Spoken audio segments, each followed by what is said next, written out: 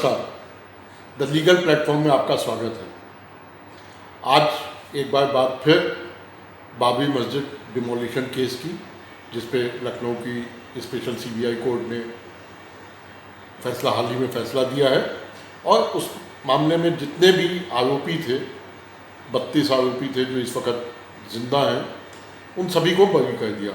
इस फैसले के बाद से तमाम तरीके के चैनलों पे, अखबारों में और आपस में लोगों में तमाम तरीके की चर्चा हो रही है। इस मुद्दे पर हम बात करेंगे आज इलाहाबाद हाई कोर्ट के पूर्व जस्टिस भंवर सिंह जी से। भंवर सिंह जी के बारे में मैं आपको एक चीज़ बता दूँ, ये उस बेंच से जुड़े थे, उस बेंच के सदस्य थे जिसने अयोध्या में मंदिर जो था उसके जो ढांचे के नीचे क्या है उसकी खुदाई का ऑर्डर दिया था, और उसके बाद इसी बेंच के ऑर्डर के बाद से एएसआई ने खुदाई की थी और अपने जो तमाम सबूत उसको मिले थे वो उसने सुप्रीम कोर्ट में पेश किए थे। उनके आधार पर सुप्रीम कोर्ट ने पिछले साल जो फैसला दिया, मालिकाना हक वाला मामला, ये मामला बाबरी मस्जिद को गिराए जाने से जुड़ा था और ये आरोप था कि इसमें कॉन्स्पिरेसी हुई है और तमाम तरीके के अलग थे। तो इस फैसले को लेके जस्टिस भंवर सिंह जी क्या सोचते हैं, क्या मानना है उनका, हम सीधे बात करते हैं। भंवर सिंह जी, आपका लीगल प्लेटफॉर्म में स्वागत है। मेरा पहला सवाल, 28 साल बाद फैसला है, इस फैसले को आप क्या कहेंगे? Justice delayed but justice delivered या justice delayed and justice denied? मेरा मानना है कि चाहे ये डिलीवर्ड हुआ या डिनाइड हुआ, मगर 28 सालों तक जिन लोगों का एक्विटल हुआ उनके दिमाग पे इसका बोझ तो ज़रूर रहा होगा। और even for delay it can be said that justice delayed justice denied. बाद में इन लोगों का 28 साल बाद एक्विटल हुआ, न्याय इनको मिला, परंतु इस डिले में जो उनको मानसिक तनाव रहा होगा उसका कोई आदमी अंदाज़ नहीं लगा सकता। तो ये जस्टिस अल्टीमेटली ज़रूर हुआ, मगर डिले से ये जस्टिस डिलेड और जस्टिस डिनाइड ये दोनों बात साबित होती हैं, क्योंकि 28 वर्ष का कम समय नहीं होता। एक पीढ़ी गुजर जाती है 28 वर्षों में, नेक्स्ट जनरेशन आ जाती है, यानी नेक्स्ट जनरेशन के लोग 28 साल के हो जाते हैं। तो हालांकि इसमें गवाह ज़्यादा थे और बहुत सारे इश्यूज ऐसे थे जिनकी वजह से डिले हुआ, मगर इतना डिले नहीं होना चाहिए। ये बात अलग है कि किसी के वश में ये बात थी या नहीं थी, परंतु बहुत ज़्यादा डिले हुआ। इतने डिले होने की कोई जस्टिफिकेशन नहीं। मैं इसके बाकी सवालों में बाद में आऊँगा, क्योंकि आपने डिले की बात की। तो क्या इस डिले को हम इस वजह से मान लें कि ये पॉलिटिकली सेंसिटिव केस था, इस वजह से ज़्यादा डिले हुई?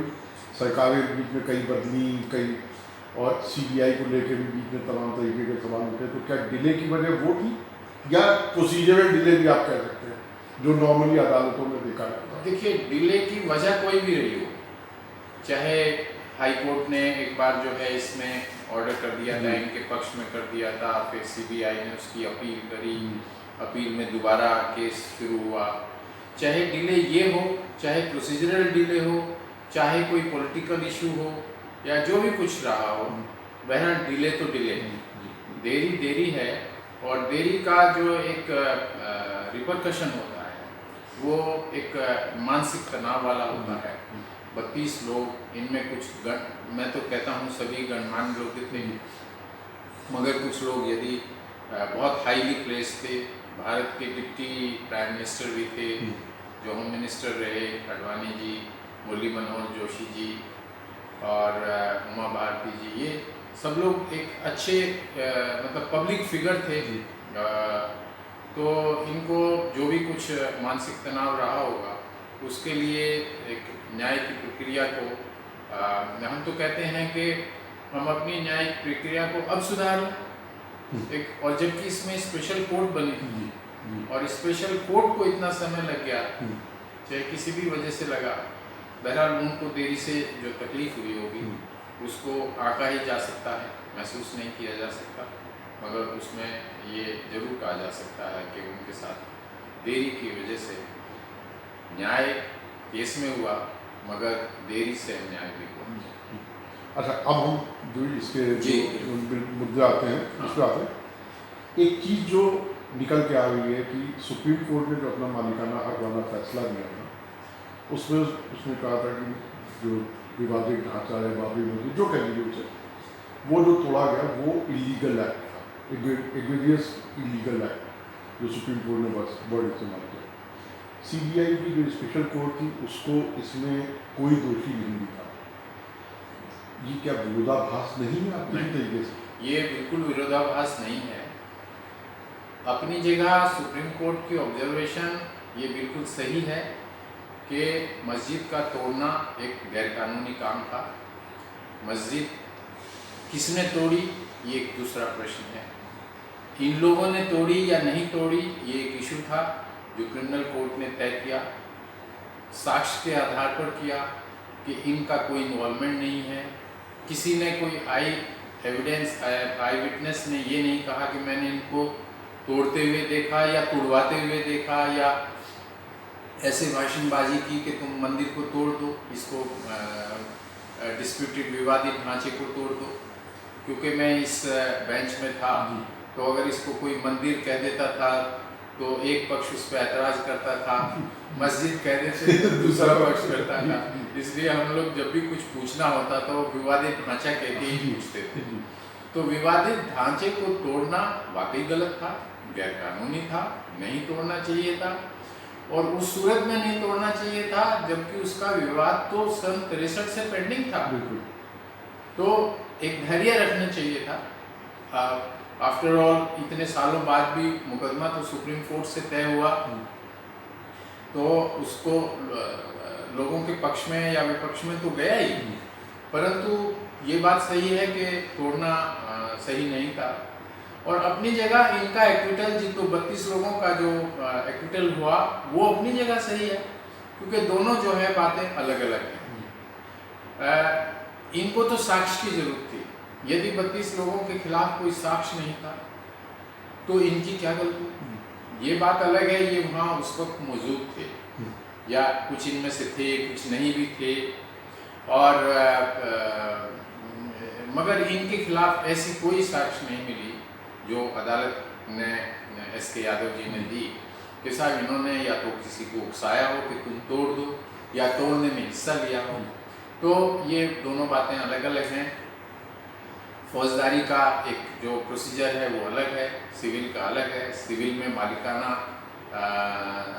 विवाद तय होते हैं और क्रिमिनल में जो है एक फौजदारी में चार्ज लगता है। उस चार्ज को जब तक साबित ना हो जाए, कोई कन्विंसिंग एविडेंस ना हो, तब तक उसको साबित नहीं माना जा सकता। तो कोर्ट ने जो स्पेशल सीबीआई की कोर्ट थी, उन्होंने ये अपनी ऑब्जर्वेशन दी कि इन लोगों के खिलाफ कोई सबूत नहीं था। ये अपनी जगह सही है। मंदिर वो जो विवादित ढांचा था वो टूटा, ये भी सही है। कार सेवकों ने तोड़ा, तोड़ने वाले तो थे, बिना कोई तोड़ने वाले के तो टूटता नहीं। कोई ऐसा भी नहीं था किसी ने बुलडोजर चला दिया हो, परंतु तोड़ने वालों ने तोड़ा। वो तोड़ने वाले कौन थे? वहाँ 1 लाख 2 लाख की भीड़ थी, तो उस भीड़ में जरूर दिखाई भी पड़ते हैं। फोटो हम लोगों ने भी देखी, हमारे सामने भी पेश हुई कि साहब ये 92 में ये टूटा और 6 दिसंबर 92 को टूटा।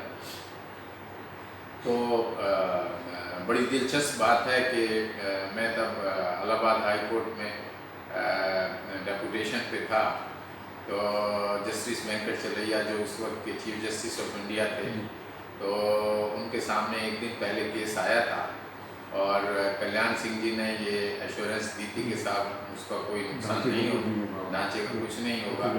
मगर वो अगले दिन टूट भी गया। तो जिस दिन टूट रहा था उसमें तेज शंकर जिला जज थे मुरादाबाद के, उनको हाई कोर्ट ने नियुक्त किया था ऑब्जर्वर, कि जिस दिन वहाँ कार सेवा होगी तो वो ऑब्जर्वर का काम करेंगे, but he was not available. तो वेंकट चलैया साहब ने मुझे सीधे फ़ोन किया कि mister Bhanwar Singh, do you know where Tej Shankar is, whether he is alive और he is dead? He asked this question. तो मैंने कहा साहब मुझे आप 5 मिनट दीजिए, मैं पता करके बताता हूँ। उन दिनों मोबाइल तो थे नहीं, ये 92 की बात है। तो मैंने कमिश्नर को फ़ोन किया, इसमें अयोध्या के कमिश्नर को फ़ोन किया और उनसे पूछा भी हमारे ऑब्जर्वर कहाँ हैं, देशंकर जी, जिला जज थे वो मुरादाबाद में। तो उन्होंने बताया कि साहब he is not well and he is in the guest house and he can view everything from the guest house itself, मगर उनको बहुत हाई टेम्परेचर है, तो हम उनका इलाज भी करा रहे हैं and he is quite okay and he is making the observation, तो he is doing his duty well.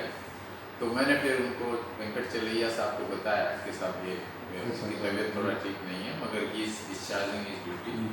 तो ये एक मेरे मेमोरियल में पड़ा हुआ था। अच्छा, एक चीज़ आती है जो आपने बात की सबूत की, जी तमाम सबूत दिए गए, वीडियोस दिए गए, फोटोग्राफ दिए गए, आई विटनेसेस अकाउंट है, जी सीनियर ऑफिसर्स के आई विटनेसेस अकाउंट है जो उस समय पोस्टेड थे। जी उसमें एक लेडी ऑफिसर थी गुप्ता, जो उस समय आडवाणी जी की PSO हुआ करती थी, वो वहाँ पर मौजूद थी। जी और उसके अलावा बहुत सारे लोग थे, सबके आई विटनेस अकाउंट थे। उन आई विटनेसेस अकाउंट को, उन वीडियोस को, उन कोर्ट ने एक्सेप्ट नहीं किया कि दे आर नॉट कोऑपरेट नहीं कर रहे, जो आरोप है उससे कोऑपरेट नहीं कर रहे। नहीं, उनके अकाउंट क्या थे, उन्होंने क्या टेस्टिमनी दी थी कि मतलब यही तो दी थी कि वहाँ मौजूद है। हाँ, मौजूदगी की दी हाँ, थी। तो मौजूदगी का होना सबूत नहीं है तोड़ने का। जी जी मौजूदगी का तो केवल ये है वहाँ मौजूद थे। जी तो यदि कोई आदमी किसी क्राइम के सीन पे मौजूद है, जी अक्सर लोग सड़क पे जा रहे होते हैं और बड़े बड़े अपराध हो जाते हैं, लूटमार हो रही होती है, लोग देखते भी हैं, देख के आगे बढ़ जाते हैं, तो इसका मतलब, या खड़े होकर देखते भी हैं, कुछ लोग तमाशगीर होते हैं, वो भी देखते हैं, तो उनका ये मतलब नहीं होता कि साहब वो भी उस लूट में शामिल है या कोई और कत्ल हो रहा है, कत्ल में शामिल है। तो किसी भी जुल्म के कमिट करने में, किसी अपराध को कमिट करने में केवल उसी आदमी का हाथ होगा जिसने उस अपराध को कारित करने की इच्छा की थी, इंटेंशन जिसकी थी, और जिसने उसको अंजाम दिया, एक्चुअली जिसने एक्चुअली काम किया। जी अच्छा, एक चीज़ इसके बाद आती है, साजिश की बात थी कि कॉन्स्पिरेसी थी या जी नहीं। अब कॉन्स्पिरेसी को एक तो ये है कि भाई दो लोग मिलकर बैठ के तय किया, या 20 लोगों ने या 50 लोगों ने तय किया कि हम ये ऐसा ऐसा करेंगे। जी एक उसके अलावा दूसरी चीज़ आती है कि जो ये आंदोलन था, जी ये करीब 2 साल से शुरू हो चुका था। राम मंदिर आंदोलन था, 90 में पहली बार रथ यात्रा निकली थी, और उसके बाद से क्या कहते हैं, ये पूरा चालू हुआ जी आंदोलन। यहाँ पे पहुँचा के 1992 को ढाका तोड़ दिया गया। जी लगातार जो पूरा जनमानस का, उसको एक तरीके से कहा जाए उत्तेजित किया जा रहा था। जो नारे बने थे उस समय, एक धक्का और जो बाबरी मस्जिद तोड़ दो, बच्चा बच्चा राम का, जन्म पे काम का, और तमाम इस तरीके के जो नारे बने थे, क्या वो नारे या जो वो पूरा जो 2 साल का पूरा वो था पीरियड, वो उसको आप किस तरीके से देखें? क्या वो कोई ऐसी साजिश नहीं है? अगर उसको मैं साजिश नहीं भी कहूँ तो आपने उत्तेजित किया लोगों को, और जिसके बाद जाके वो तोड़ दिया। तो एक जो, मतलब मुझे नहीं पता कि आप ज़्यादा बेहतर बता पाएंगे, वाइकेरियस लायबिलिटी वाली एक चीज़ होती है, तो क्या वो लागू नहीं होती है? वो देखिए, मैं बताता हूँ कि जो षड्यंत्र है, यानी जिसको कॉन्स्पिरेसी में कहा, कॉन्स्पिरेसी में माइंड अप्लाई होना चाहिए। अगर मैं और आप कोई कॉन्स्पिरेसी करें तो मेरा दिमाग और आपका दिमाग एक पॉइंट पे आना चाहिए कि भाई हमें इस ढांचे को गिराना है। यदि 20,000 लोग दूर कहीं साजिश कर रहे हैं, नारे लगा रहे हैं, बच्चा बच्चा नाम का, क्या बोला आपने, जो भी मतलब जय श्री राम का, और एक धक्का और विवादित ढांचे को तोड़ दो, जो भी कुछ रहा, वो किसने नारे दिए?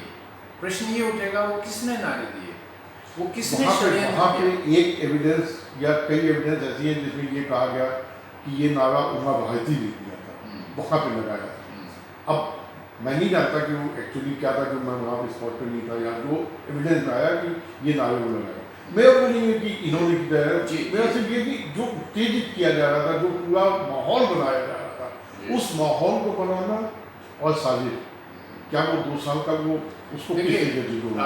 आपका माहौल बनाना या उत्तेजित करना जी। अबेटमेंट में जी, आएगा, अबेटमेंट। अबेटमेंट में आएगा। अब वो अबेटमेंट की फिर एविडेंस भी होनी चाहिए, जी, जो अगर उन्होंने ये कहा और कि जी। तोड़ दो तो वाकई अबेटमेंट है। जी, जी। मगर उसने कोर्ट में क्या सबूत पेश हुए, जी। नहीं हुए, ये तो ये अब तो अभी बिल्कुल, पूरा जजमेंट मैंने भी नहीं पढ़ा है। जी, मगर ये बात अपनी जगह सही है कि अबेटमेंट में भी फ़र्क है कॉन्स्पिरेसी से, जी, और जुर्म को पारित करने में भी फ़र्क है। जी। यानी अगर षड्यंत्र में माइंड एप्लीकेशन नहीं है, जो लोग उसे तोड़ना चाहते हैं उन सब का माइंड एक होना चाहिए तोड़ना। यदि मान लिया ये है कि केवल उकसाना है, तो वो चीज़ अबेटमेंट में जरूर आ जाएगी। तो यदि उमा भारती जी ने ऐसा कोई बयान दिया कि घर का और दो, ढांचे को तोड़ दो, तो ये अबेटमेंट में आ सकता है। मगर इसकी एविडेंस पता नहीं उसमें लीड हुई कि नहीं हुई, और क्योंकि एविडेंस तो हमारे सामने है नहीं इस वक्त। और यदि अबेटमेंट की कोई एविडेंस होती तो शायद कोर्ट उसको जरूर रेफर करते और उसमें जो है उनकी कोई जिम्मेदारी हो सकती। लेकिन अब जो मैंने दूसरा, इसी का जो दूसरा हिस्सा था, क्या वाइकेरियस लाइबिलिटी वाली जो चीज कुछ लागू होती है इसमें? क्रिमिनल में कोई वाइकेरियस लायबिलिटी नहीं, नहीं, सिविल मैं में इससे मैं कानून के हिसाब से जानना नहीं, चाह रहा बिल्कुल था। नहीं होती है। जी। क्रिमिनल में कोई वाइकेरियस लायबिलिटी नहीं होती है। यानी अगर मेरा कोई डोमेस्टिक हेल्प कहीं किसी के दूसरे के घर में चोरी कर ले, तो उसमें मेरी कोई लायबिलिटी नहीं, या मेरे पड़ोसी का डोमेस्टिक हेल्प मेरे घर में चोरी कर ले तो पड़ोसी की कोई फौजदारी में क्रिमिनल लायबिलिटी, वो वाइकेरियस लायबिलिटी नहीं। अच्छा, इन लोगों की वहाँ मौजूदगी होना, ये क्या मतलब, इसको आप किस तरीके से देखेंगे? चलिए मान लेते हैं कॉन्स्पिरेसी नहीं थी, लेकिन वहाँ पे मौजूद होना इन सारे लोगों का, या जो बड़े लीडर्स, इसको आप किस तरीके से देखेंगे? देखिए, वहाँ तो 2 लाख या 3 लाख लोग मौजूद थे। अगर केवल मौजूदगी ही जुर्म करने के लिए काफ़ी है, जो मैं नहीं मानता है, तब तो उनकी कोई जिम्मेदारी आती। मगर वो काहे के लिए? वो तो कार सेवा के लिए गए थे।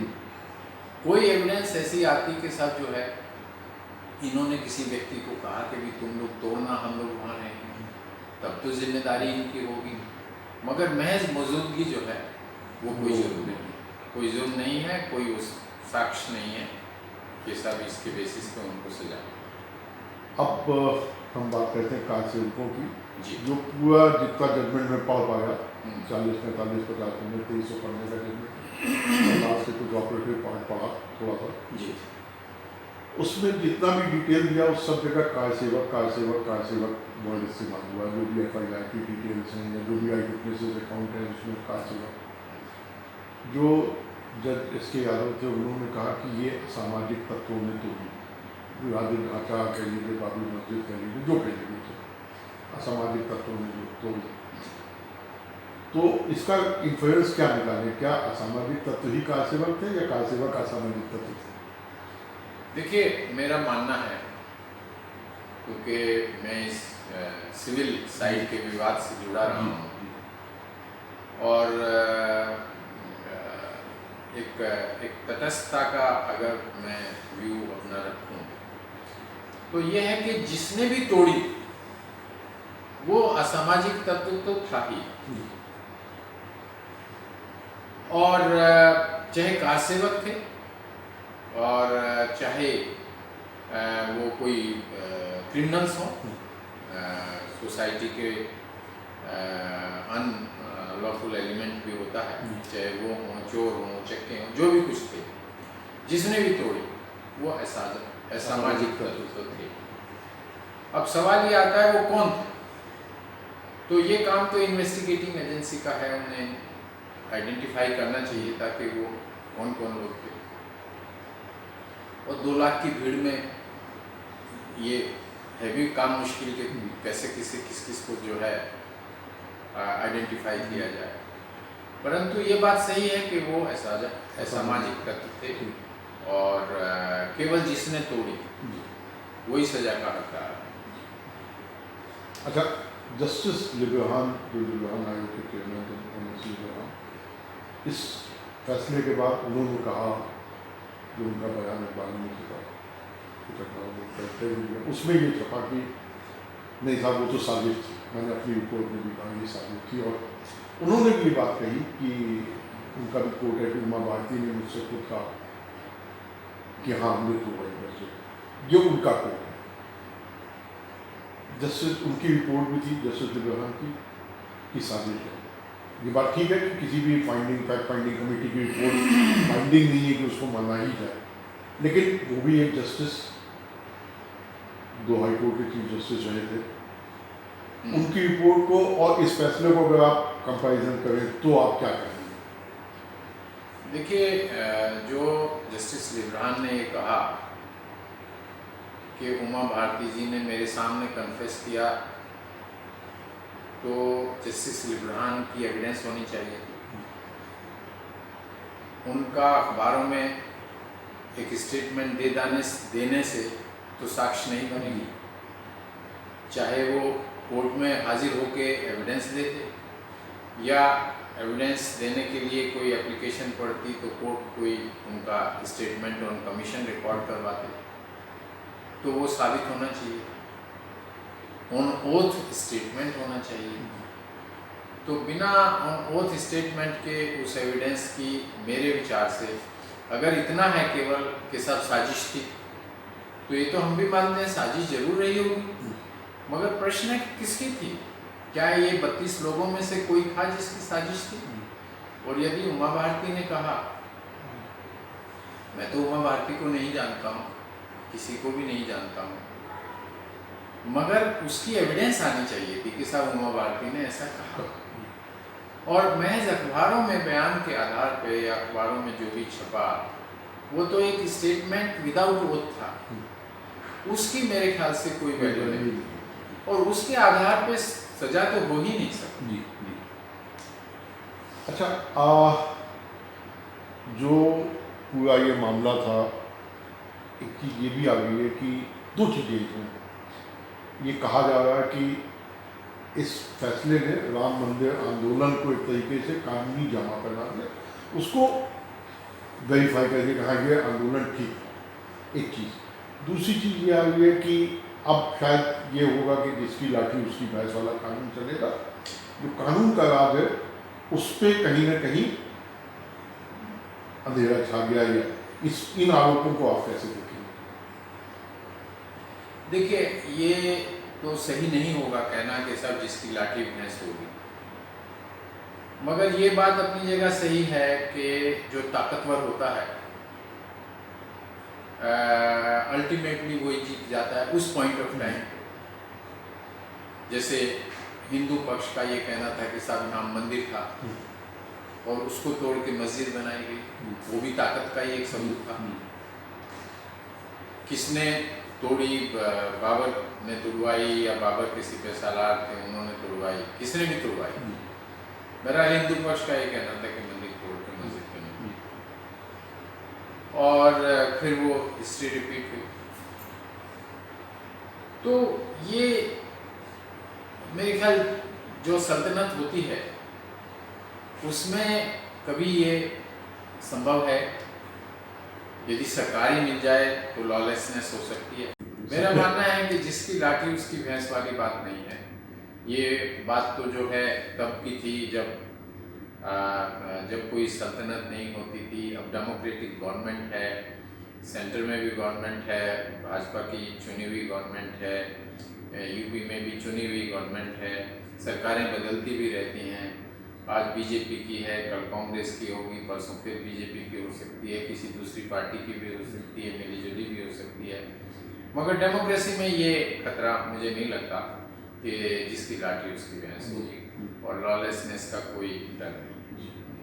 अच्छा, अब हम आखिर में पूछना चाहेंगे, सीबीआई को लेके शुरू से सवाल खड़े होते हैं सीबीआई के कारण, क्या इस मामले में सीबीआई ने कायदे से इन्वेस्टिगेशन नहीं किया पहली चीज, या चूंकि ये पॉलिटिकली सेंसिटिव मामला था इस वजह से सीबीआई के ऊपर हर तरीके की सरकार का दबाव रहा, सेंटर में जितनी भी सरकारें मानी मतलब से सीबीआई सेंटर के तहत काम करती, तो सेंटर में जितनी भी सरकारें हैं सबका दबाव सीबीआई पे रहा, उसकी वजह से ही क्या कहते हैं इस मामले में जो फैसला आया वो कुछ लोगों के उम्मीद के मुताबिक नहीं। क्या आप इसको ये कह सकते हैं या वाकई सीबीआई कहीं ना कहीं बड़े मामलों में जो सेंसिटिव मामले होते हैं उनमें कहीं ना कहीं फॉल्ट तय कर जाती है? देखिए, सीबीआई के अंदरूनी किसी का दबाव हो या ना हो ये तो कहना बहुत मुश्किल है, मगर हाँ ये जरूर है कि सीबीआई का जो एक महकमा है वो है तो गवर्नमेंट का ही, और लोग कहते भी हैं, अंदरूनी खाने कहते हैं, मैं भी सीबीआई जज रहा हूँ 4 साल तक, और मगर मुझे नहीं लगता कि सीबीआई 100% दबाव में आके कोई चार्जशीट लगा दे या कोई अप्रूवल कर दे। सीबीआई अपने इन्वेस्टिगेशन के आधार पर ही सब कुछ करती है। ये बात ज़रूर है कि गवर्नमेंट का यदि कहीं से कोई किसी किस्म का प्रभाव है और तो कुछ उलटफेर हो सकता है, मगर मुझे इसमें नहीं लगता, क्योंकि बीजेपी की गवर्नमेंट ये दोबारा नहीं तिबारा या चौबारा आई है, और अगर कोई दबाव होता तो ये पहले ही कह देते, मुकदमा विड्रॉ कर लेती, गवर्नमेंट ही कर लेती, गवर्नमेंट को अख्तियार भी है, सेंट्रल गवर्नमेंट कर सकती थी क्योंकि सीबीआई सेंट्रल गवर्नमेंट की एजेंसी है, मगर सीबीआई को ब्लेम करना कोई मेरे ख्याल से गलत होगा।